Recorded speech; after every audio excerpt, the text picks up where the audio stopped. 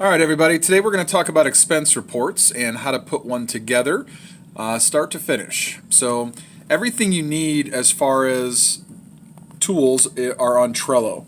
And if you go on to the search and you just put expenses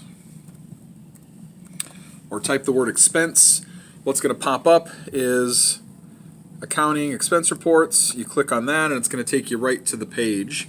And this place has everything you need as far as all of your documents. So you've got the expense report master, you've got your personal budget spreadsheet, instructions for the expense report, and expense report information for KeyBank specifically, and then some blank forms for mileage reimbursement. So this is where everything is at your fingertips right here. The expense report itself is going to look like this. So it has a couple of different tabs at the bottom. You have one that's for the corporate credit card, which is where you're going to list all of your charges that are on your corporate credit card. Mileage isn't going to be used too often, but if you ever visit another store for training purposes or getting other supplies from other stores or whatnot on occasion, you would have some mileage, and that goes in there. And then the other tab is for cash. And again, cash doesn't get used all that often, but if you accidentally need to get something but you left your credit card at home and you don't have it and you have to pay cash, they will reimburse you for that. So if you need something in a pinch and you don't have your corporate card on you, that's fine. Just use the cash tab and they will reimburse you. So in here it has the date, who it was paid to, the description, so what was the reason for the expense. You've got check no if your receipts are not attached. So if you should save all your receipts, but if you lose one or accidentally throw it away, then you can just put an X in there and it lets Lori know that you lost it. What account to apply it to, which I'll review here in a minute, and then the amount, the date at the top. The statements begin on the 27th and end on the 26th of each month, and the statement typically comes out on the website for us on the 27th is when we can do these. And then they are due by the 1st. So you have a couple of days to get them done, but they must be to Lori and Tim by the 1st of the month. So a couple things that go along with this. If you, in order to get your expense report, the website is key2purchase.com.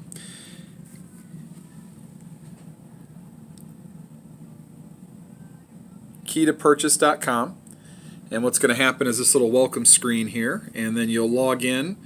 You'll have a username, you'll have a password. The organization ID is cutco, and then when you log in, it's going to take you to the screen that shows you all of the activity, and you can go on here and check charges throughout the month and see kind of where you're at as far as balance wise and whatnot. But then when it comes to the end of the month, you want to go on to the home page here, click statements. It will then take you to the statements that are currently active, and you want to click on the download statement. And the way you do that is by highlighting the statement here, and then you see when I did that, these things popped up. So you can click on the one that says download statement, and it's going to download it to your desktop or wherever you tell it to go. So you want to download it, and then when you go to open it up,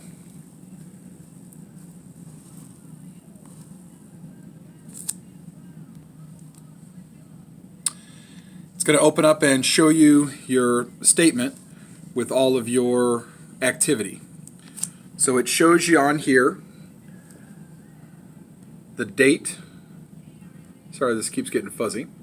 But it shows you on here the date of the post, the date of the transaction, and I just use the first date along here as the one that I use on my report.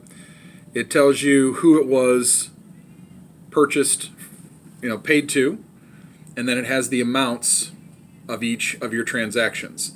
It also tells you the total right here of your monthly balance. In this case, this account was $889.19 for the month in expenses.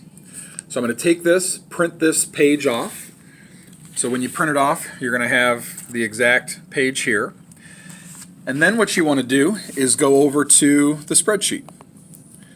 So when you open up the spreadsheet, I use my page that I've just printed off, and I use the same dates along the left-hand side here to populate this. So each of these dates, who it was paid to. The middle part here says description. So what was it? So the first expense here we had for Jet's Pizza. We had a staff meeting and it was a contest payoff that I bought pizza while we were counting the entire store for inventory as we transitioned over to the Square system. I went to Walmart and bought paper towels. We needed envelopes, VIP food and VIP copies. There were a couple things that I brought that were test products, which you guys aren't allowed to do. Kitchen party food, kitchen party copies, kitchen party supplies. I had to get some bowls. And then the last one was an Alexis. The lady's name was Alexis, and she had a knife skills class. So you list all of the descriptions of what was purchased and what was it for. And then over here in the apply to/account section, this is where it gets a little bit tricky because there's a couple things you want to put in here. You notice the second part of everything says Cutco stores and then Novi. So every single expense here says Cutco stores and Novi, Cutco stores, Novi, Cutco stores, Novi. It's the first one that varies. So for each of your expenses, the company that you work for is called Cutco stores, and then you want to put for your particular store all of the expenses because these are all for your expense, for your particular store. The first section is listing the category that it falls into. So one of the documents on Trello is entitled Expense Report Instructions. So this is going to walk through everything that I'm teaching you right now. One of the things that's in here is the different categories that you might use for different things. So office supplies would be a category that we might use if we buy pens, paper, ink, staples, things along those lines. Kitchen party events, any expenses related to your kitchen party. VIP events would be the same thing for VIP events. Customer experience is a category that would include anything that's going to enhance the customer experience. So all the food we buy that we just use for cutting up, that goes under customer experience. If you have candy or cookies or coffee or anything on a day-to-day basis, bottled water that you get for the customers, any of that kind of stuff that goes toward making the customer experience bigger and better. Maintenance would be garbage bags, light bulbs, things along those lines. So there's a couple of basic categories that we use. So again, the category is what goes in here. So each thing is going to be an office supply or VIP events or a test product or a kitchen party event or a private event. Most of the things that we do are for events. So then you have the total amount over here.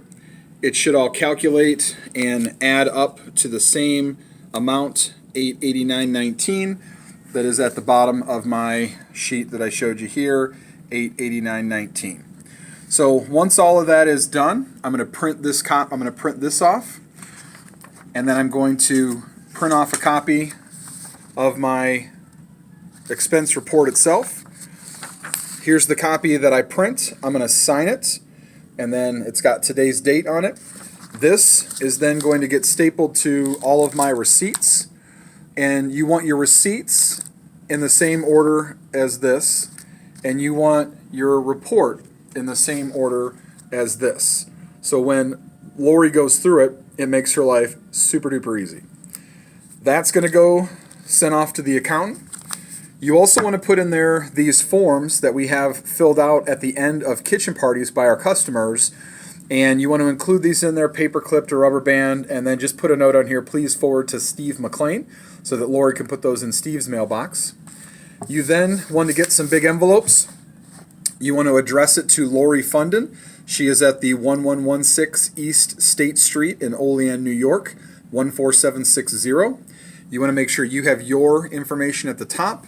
And then when you take it to the post office, you're going to need these are 2 stamps that are 75 cents a piece. So these aren't regular stamps, these are the 2-ounce stamps.